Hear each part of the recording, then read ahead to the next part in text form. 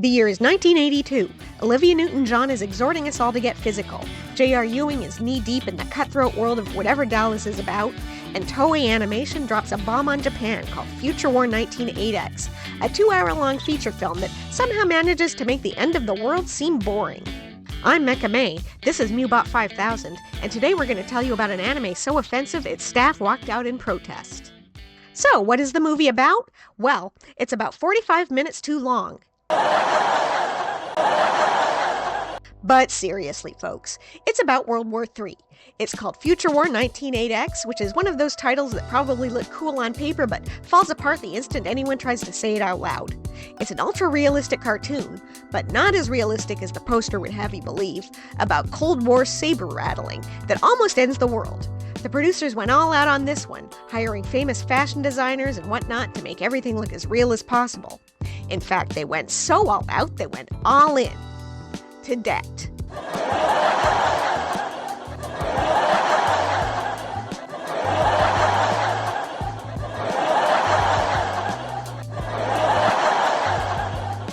But seriously, folks, this film features very detailed machinery and weaponry, to the point that even I think they might be fetishizing mechanical objects a little too much, and I'm a robot!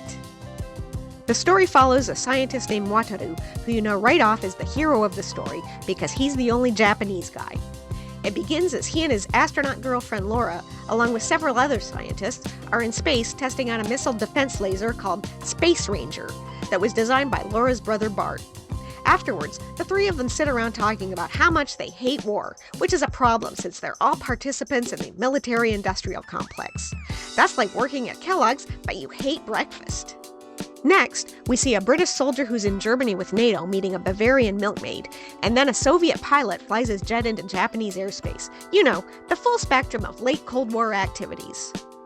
Then, Wataru and Laura go to a disco, but the disco is all out of panic, so they just do the dance called Insult Your Partner's Home Country. Soon, Bart gets kidnapped by the Soviets, who want to steal the plans for the X-1, the Space Ranger, so they put him on a fast sub to Vladivostok. I don't know if I really believe these guys are Russians, though. Their eyebrows are way too well groomed. Anyway, the President of the United States, who looks like how Donald Trump thinks he looks, is convinced by his advisors to protect the Space Ranger's secrets by just blowing up the whole dang submarine, Bart included. Now, despite the fact that the White House claims the explosion was an accident, Laura blames the US for Bart's death and starts emotionally crashing out, as well as literally crashing out, in a small aircraft because she wanted to airdrop some flowers on her brother's watery death site on the coast of Japan. She winds up in a Japanese hospital where Wataru proposes marriage, and they have sex in her hospital bed in front of a creepy Japanese doll. While all that's happening, a Soviet pilot flies a secret stealth bomber into the NATO air base in Germany, where the milkmaid and her British boyfriend are rocking around the Tannenbaum. The Soviet premier is persuaded by his advisors to bomb the hell out of the airbase to protect the secrets of their stealth bomber, so the nearby town gets bombed too, meaning that milkmaid Marina gets flattened along with a bunch of her townsfolk, which makes her boyfriend Michael go nuclear. Literally, he launches a nuclear missile at some Soviet tanks, which escalates the situation even more. He's singing Edelweiss the entire time, which certainly doesn't help. After this, both sides start preparing for all-out war, with nuclear subcommanders getting their little bite keys out, Soviet tanks and helicopters overrunning the Middle East, and oil tanks getting blown up, while NATO forces get deployed in the Arabian Sea. Meanwhile, in the Kremlin, hawkish underlings are trying to get rid of the reasonable Soviet leader and his reasonable foreign minister and demand NATO hand the Middle East over to them in exchange for withdrawal from Europe. One of the shortfalls of trying to sell this movie to the anime-watching public had to have been the excessive amount of middle-aged white guys in suits sitting around tables and talking scenes. Even a political coup of a superpower country manages to be underwhelming. Well, anyway, them old Kremlin boys soon get to blowing up Tokyo, which is too bad, because pretty little Laura's been setting a spell in a little underground jazz club, where she plays a real purty piano. Oh, sorry. My voice chip slipped into Dukes of Hazzard narration for a second. Hazard of being a robot, more like. So anyway, Laura's given up on the military and takes her frustrations out on the poor piano keys, because Wataru's gone back to the US to help with the increasingly violent World War. Soviets bombed Tokyo, including the jazz bar, but luckily it's in the basement. Honestly, the safest place for any jazz club is a basement. In fact, the further underground the better if you ask me. The war escalates as the US bombs Cuba and a Soviet nuclear sub in the area gets hit, so the crew gets into a big fight that ends with them launching nukes as they sink. As everything escalates, Orlov, the reasonable Soviet leader, who somehow is still in charge and not dead, won't let his hawk underlings launch nukes at the US, and he resolves to have a reasonable conversation with US President Gibson. They have a nice phone chat until Orlov is given a formal retirement in the traditional Russian manner. Soon, everyone's blowing up everyone else's major cities, causing erectile dysfunction in France and providing New York City with the prequel to Planet of the Apes. Tokyo gets nuked, and I can kind of see why Japanese audiences in 1982 might have found these scenes a little distasteful, or at least unpleasant. While Laura's hanging out in bombed-out subway cars helping the wounded and afflicted, Wataru gets launched into space with the Space Ranger mission from Vandenberg Air Force Base. Down on Earth, people assume the customary position one takes when awaiting the end of the world. Don't forget to put your head between your legs so you can kiss your ass goodbye. Eventually, all the praying reaches the fed-up NATO troops, who start laying down their weapons, apparently in a field of poppies judging by the way they start tripping out. Meanwhile in space, Space Rangers are shooting down Soviet missiles under Wataru's command, and getting blown up in the process. Is this the end of Wataru? Do you care? Meanwhile in Russia, the reasonable foreign minister is released from prison as people get increasingly anti-war now that all the major cities have been leveled. He surprises the hawkish usurper Bugarin by showing up with his boys, and they tell Bugarin to cool it with the nukes. In the ensuing struggle, Bugarin presses the red button with his dying breath, sending the world into a doom spiral. Why does this sound so familiar? Oh right, this was also how the world got destroyed in Space Warrior Baldios, which we talked about in a previous video, and which was released a good year or two before Future War 1908X. Go figure.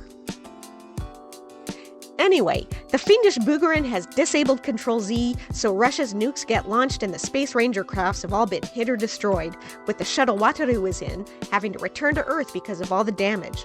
Wataru, who again is the only Japanese character, heroically stays in space to get to one of the damaged Space Rangers in order to stop the Russian missiles from destroying Earth. Laura has returned to Vandenberg's mission control room. Yes, she flew in from Japan while the entire Earth has been bombarded continuously, just in time to watch Wataru's heroic attempts to save the Earth. With only the oxygen in his spacesuit keeping him alive, Wataru destroys all the Russian nukes except one, so he tries to move the Space Ranger in order to intercept it. At this point, Laura somehow talks the military into shooting her into space to retrieve Wataru, who is perilously close to the final missile as the Space Ranger laser destroys it. Whatever's left of the Earth rejoice in what I assume is a demand for peace, and "You maniac! You blew it up!" Oh, sorry.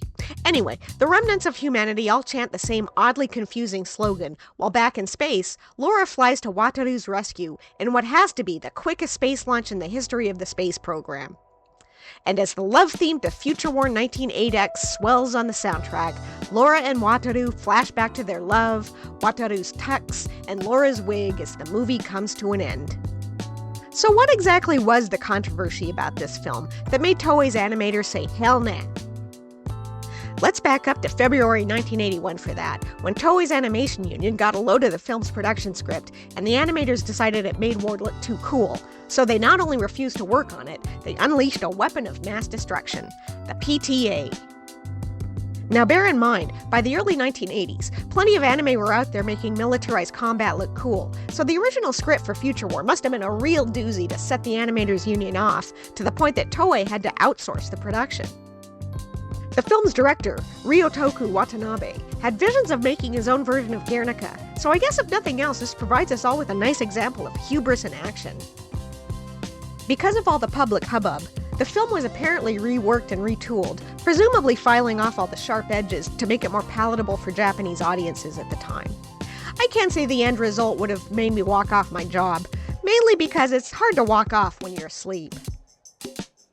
I wouldn't call the final product pro-war or right-leaning either, but there is an awful lot of fetishization of military hardware, and the suggestion that the guys in charge of Russia and the United States are alright, it's just their underlings that cause the trouble, is a little optimistic, let's say.